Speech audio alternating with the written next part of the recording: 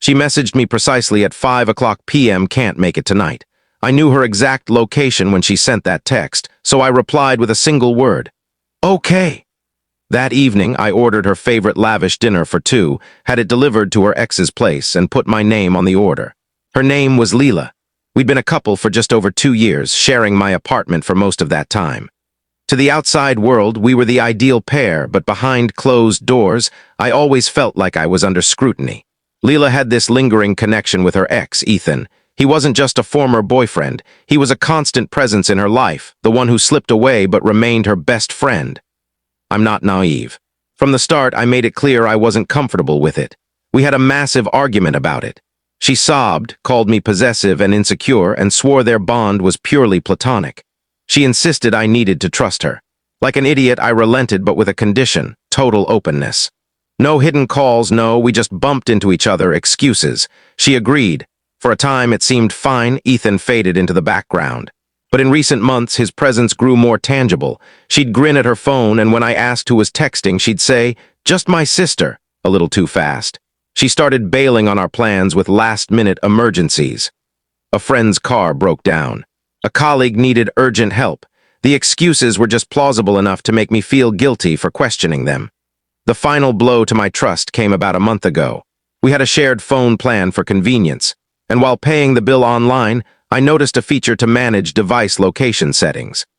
On impulse, I enabled location tracking for her phone, telling myself it was for emergencies, but deep down I was searching for deception.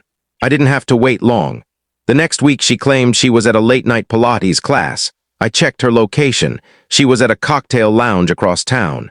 Another time, she said she was at a girls' night at her friend Chloe's house. The map showed her in a condo complex 10 miles from Chloe's, where I knew Ethan lived. I stayed silent, gathering evidence, feeling a cold dread growing inside me. She wasn't just lying, she was doing it with ease. I was merely the guy footing the bills, keeping her life cushy while she rekindled her past. Last night was our anniversary, not of when we met, but when we moved in together. I'd reserved a spot at an upscale sushi restaurant, the kind you book a month ahead. It was her favorite, and she'd been raving about it all week. At 5 p.m., as I was leaving work, my phone pinged. It was Lila. "Hey, I'm so sorry. My boss dumped a huge project on me. I'm stuck at work all night. Can't make it. We'll celebrate this weekend, I swear." I opened the tracking app. Her phone's dot wasn't at her workplace. It was at Ethan's condo, where it had been since she left for work that morning.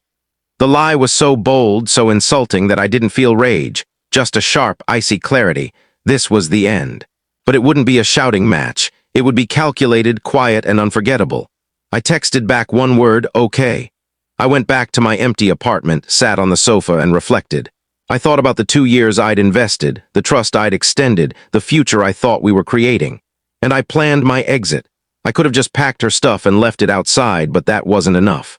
She needed to be caught, exposed by her own actions, not by me confronting her. I opened a delivery app, found the sushi restaurant we were meant to visit, and ordered their priciest omakase platter for two, complete with premium sake. The cost was exorbitant, over $300. I entered Ethan's condo address, which I'd noted from my quiet research, and added a delivery note. "Please ensure the recipient knows this is from Jake. It's for our anniversary." I used my name, Jake, and paid with our shared credit card, knowing she'd get the notification. Then I waited, picturing the moment. The doorbell rings. She opens it, expecting Ethan's usual takeout. Instead, a delivery person hands her an extravagant sushi spread. She's puzzled. Then the driver reads my name off the order. The realization hits her. I knew where she was, and I'd just funded her anniversary dinner with her ex. That was my revenge, silent, precise, and devastating. About an hour later, my phone lit up. First, a credit card alert confirming the charge, then calls from Lila. I ignored them, then an unknown number ignored that too. Then her texts, "How dare you?" followed by "You're unhinged. Are you tracking me?" And finally a frantic plea, "We need to talk. Please pick up. It's not what you think." I silenced my phone. I knew she'd come home eventually. The quiet apartment, once our shared space, now felt like my stronghold. She was about to learn she was no longer welcome. She arrived around 11 p.m. I watched via the doorbell camera as she struggled with her key, hands trembling. She knew what was coming. The door opened and she stood there staring at me on the couch. "We have to talk," she said. "No, we don't," I replied calmly. The sushi said it all. You had no right, she yelled. You humiliated me in front of Ethan. He thinks you're a jealous lunatic. Does he? I asked. Or does he finally see that the woman he's sleeping with has a live-in boyfriend who just paid for their dinner? I bet that was a fun conversation. Her face collapsed. The anger was a mask for her panic. It was a mistake, she whimpered, tears starting. I was confused. Ethan and I have history. I was going to tell you. No, you weren't, I said, standing. You were going to keep lying, keep living your double life, and keep using my home and money as your fallback. That's done. Your stuff is in the guest room. I'm not packing it for you. You have until noon tomorrow to clear it out. Anything left at 12:01 goes in the trash. She stared, mouth agape. You can't just throw me out. I live here. No, you don't, I said. Your name's not on the lease. You've been a guest for 2 years and you've overstayed. The next morning was a grim spectacle. With nowhere to go, she called her parents. They arrived by 10 a.m., clearly furious. Her father, a tall, stern man who'd always been cordial to me, glared with contempt. Her mother started immediately. I can't believe you treat our daughter like this, she said. After all she's done, turning this cold apartment into a home. I looked at her. With respect, your daughter has been deceiving me and cheating with her ex for months. I just bought them a $300 anniversary dinner at his place last night. You should be more worried about her choices than my response. That silenced them briefly. They hadn't heard the full story from Lila, only her version where I was the bad guy. They packed her things in tense silence. As they loaded the final box into their car, her father approached me. You'll regret this, son, he said. She was the best thing in your life. I shook my head. No, sir, getting rid of her is. Once they left, I secured everything. I closed our joint credit card, removed her as an authorized user on my accounts, changed every shared password, and emptied our joint savings, mostly my money, into a new private account. The quiet was a relief, but I knew a storm was coming. It hit 2 days later, not from Lila but from Ethan. He showed up at my apartment unannounced on a Sunday afternoon. The doorbell camera caught his furious expression. I let him wait before answering. We need to talk, he said, trying to barge in. I blocked the doorway. No, we don't. You and I have nothing to discuss. You ruined my life, he snapped, voice trembling. Think that dinner stunt was cute. Do you know what you've done? I know what Lila did, I countered, and it seems you were part of it. That's not my issue. Not your issue, he scoffed. I have a girlfriend, had a girlfriend, Jessica, for 3 years. She lived with me. She was there when your little gift arrived. She saw the note. She saw it all. I hadn't expected that. I assumed Ethan was single, not in a committed relationship. It made Lila's actions even uglier. So you're both cheaters, I said. Sounds like your problem. This is on you, he insisted, growing angrier. Lila said you two were basically done, just roommates, and she was leaving. She called you a controlling jerk. If you hadn't sent that dinner, I could have handled it. But you exposed me. Jessica left me. She took everything. So yeah, this is your mess now. He stepped closer. You're going to fix this. Call Jessica and tell her you're the crazy ex. I laughed at his nerve. Let me get this straight. You and my ex cheated on me and your girlfriend. I exposed it. And now you want me to lie to save your skin? Get off my property. I started closing the door, but he tried to stop it. You'll regret this, he warned. I pulled out my phone, making sure he saw I was recording. His bravado faded, and he backed off, deflated, before storming away.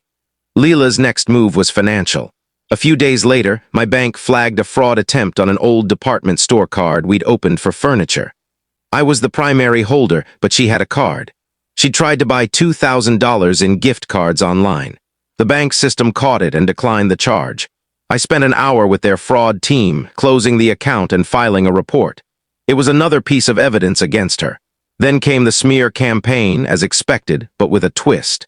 Lila and Ethan teamed up, spinning a tale that I was a violent stalker who'd been harassing them for months, with the sushi delivery as my latest deranged act. It might have worked, but then I got an email from Jessica, Ethan's ex. She'd gotten my contact through a mutual friend who thought I deserved the truth. She wanted to meet. We grabbed coffee the next day. Jessica was sharp, composed, and hurt, but not defeated. She had evidence. Texts from Ethan complaining about Lila's clinginess but saying he couldn't cut her off, and texts from Lila to Ethan plotting to secure a payout from me before leaving. It was all there, her cold, calculated scheme to use me and move on. Jessica had been investigating since leaving Ethan and uncovered their plan. He's a coward and a liar, she said firmly. But she's a predator. I won't let her get away with this. I'll sign an affidavit or testify if you need me to. With this new evidence, I was ready for Lila's final play. It came as a lawyer's letter, filled with false claims of emotional distress and demands for financial support, threatening to sue for my assets. My attorney's response was swift and crushing. It debunked her claims, noting she was never on the lease and included exhibits: a transcript of Ethan's doorstep threat, the bank's fraud report, and Jessica's notarized affidavit with Lila's damning texts. The letter warned that if Lila didn't drop her claims and cease contact, I'd sue for harassment, defamation, and conspiracy to commit fraud, seeking full legal costs. Her lawyer never responded. 6 months later, Lila and her family have gone silent. Word is her parents are making her repay every penny she took from our accounts. Ethan's life is in shambles. Jessica never returned, and their affair made him a social outcast.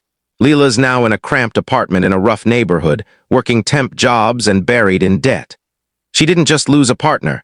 She lost the comfortable life she exploited and was exposed as the manipulator she was.